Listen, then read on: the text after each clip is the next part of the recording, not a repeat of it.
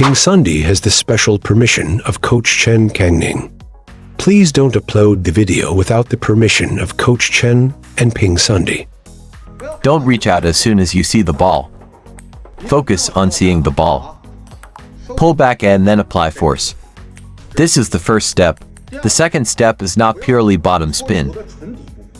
Many coaches emphasize rubbing the bottom of the ball forward when teaching kids to spin.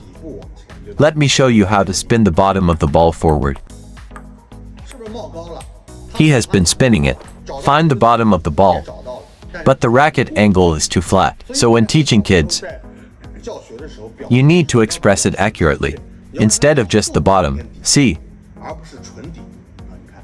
Is this easier? If it's purely bottom spin, is this the feeling? Did many friends listen to you? Later, spin like this. Why? Because of how you coach and communicate with them. What is it actually? It's slightly lower at the back bottom. Is it easier to control like this when you pull back? This is the feeling of the bottom. Definitely popping up high. I still have control in my hand, right? He follows your instructions.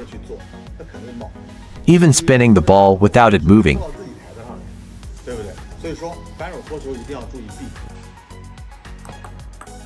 Although the ball bounced low. Let's take another look. Although the ball bounced low. Where did I use it last? Using your body and legs. I want you to step on your left foot properly. Lift your left foot a bit and step on it. Are you using enough strength in your arms? Your left foot won't lift up. Without strength, your left foot won't step down either. Okay, let me lift up a bit. Step down a bit. Isn't the strength in your legs coming from the step? So the so-called body pressure on trajectory is right here. It's all empty here. Without using this part, the trajectory gets pressed down, squeezing inward with the legs. What should you do? Here's the simplest way. Slightly step with your foot. You must press down. You must use some strength diagonally forward and downward, right? Is it very low? But it bounces, right? It bounced in front of you with a bang.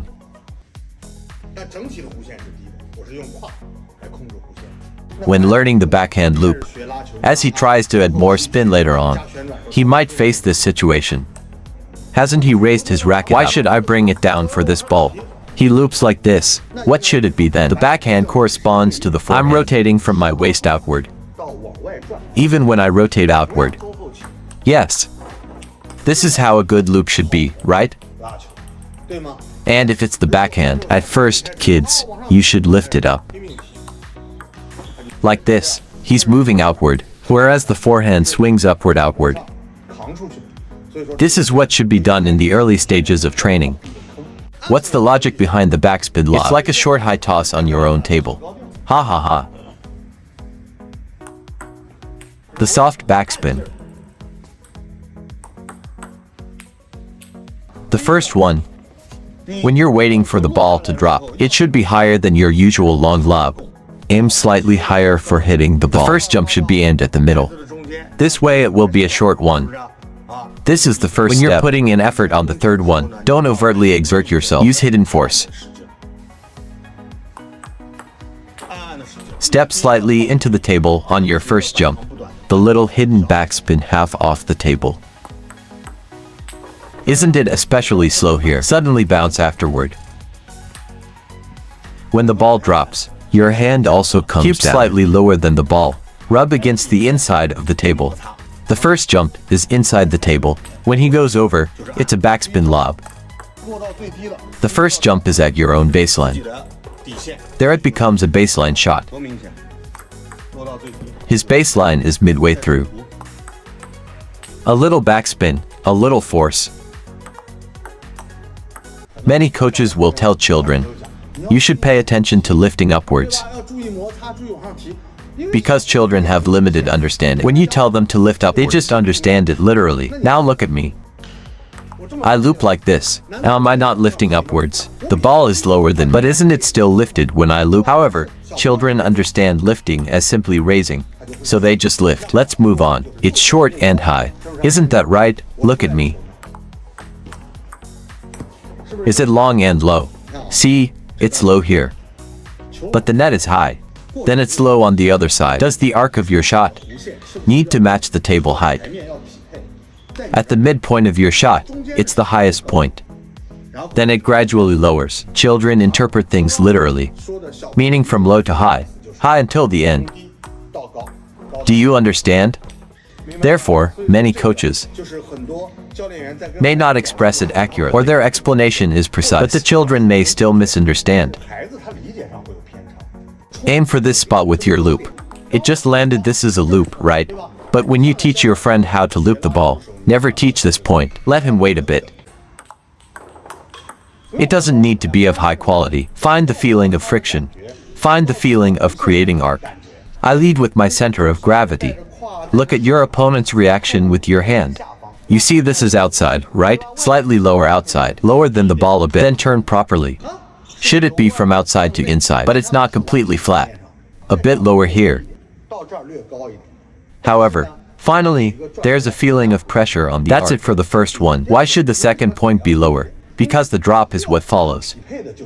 In the middle and late stages, in the early stages, you lift. It's even less likely to lift in the ascending phase. I think this point is more conducive for him to master looping. Oh, that's correct. What did you do? I clearly served down the middle, but it curved where? When you need to flick this ball, actually, after this ball bounces, it moved toward the forehand corner. So your positioning should be in the middle. That's still at the forehand corner. Right, these are all served down the middle, right? Short ball down the middle. Nicely done. Let's do one more. Yes. Still a short ball down the middle. You are already positioned for a backhand flick, right? See any big differences? Let's do one more. You should be flicking here. Yes, right here. Where are you flicking? So you're predicting the landing spot. Of course, you need to predict the landing spot. You need to judge their rotation direction. Because when you truly flick, it's not where the ball lands, but where it curves. You should be flicking here. It curved left, right here. You should be flicking here. Look at the distance between them. This is the true flicking point. Serving along this line. If it's a left spin, it basically curved here. Flick here on this point. And if I serve with a hook, still serving at this point. Essentially, flick here. How far apart are these two balls? Half a table length apart, right?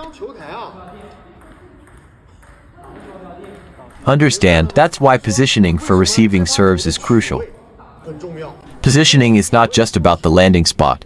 Yes, also about what else to focus on.